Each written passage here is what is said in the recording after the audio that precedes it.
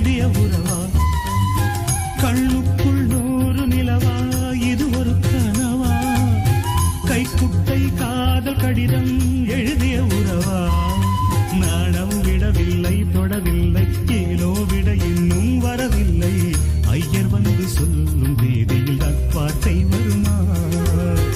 ஐயர் வந்து சொல்லும் தேதியில் தான் வார்த்தை வருமா?